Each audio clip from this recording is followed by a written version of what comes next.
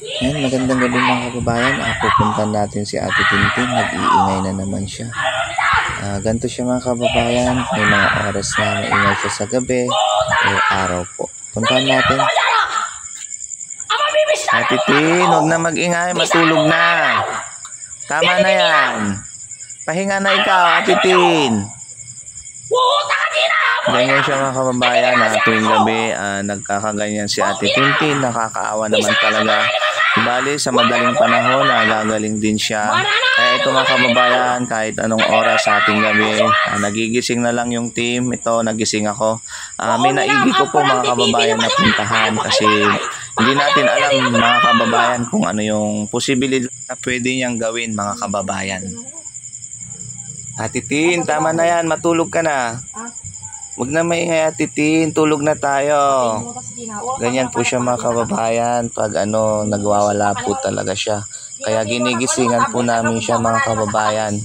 Kawawa naman talaga siya. Di ba mga kababayan, schedule naman po siya na maipapagamot po natin.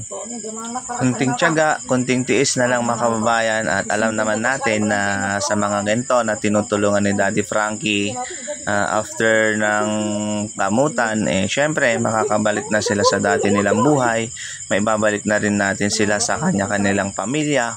Kaya ito po, ganito yung pag-aalaga po natin. Walang oras po na pinipili pag mga ganito na nag-hysterical po sila. Ginigisingan po natin yan kahit gabi. Kasi hindi po natin alam kung ano po yung mangyayari. Kaya syempre, hindi pwedeng hindi natin gisingin o gisingan kasi 'di ba? Kawawa naman talaga sila. Kaya ito po yung ginagawa po natin. Araw, gabi, kailangan nakamasid tayo, nakikiramdam tayo sa kanila para alam nila na may tao na umaalala sa kanila, nandyan lang sa paligid nila, na kahit papano ay mapakalma natin sila. Pero syempre, kakalma at gagaling yan mga yan pag nadala na po natin talaga sa mga dalubhasa para magamot na sila, para tuloy-tuloy na po yung paggaling nila. Kaya ito mga kababayan, madaling araw, ako po yung nagising, kaya minabuti ko po na pumunta dito sa shelter sa may likod para makita yung sitwasyon ni Ate Tintin. Maya-maya po, kakalma na rin po siya. Syempre, matutulog na rin ako kasi kinabukasan na naman, aalis na naman tayo. Bibigay na naman tayo sa mga kababayan natin na pwede natin tulungan. Kasi alam nyo naman mga kababayan kung ano yung mission ni Daddy Frankie kasama ng buong team.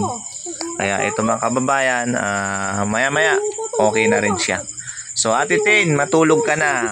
Tama na yan, pahinga mo na para hindi ka napagod. Kasi pag napagod yan mga kababayan, ipapahinga niya na rin, matutulog na rin siya.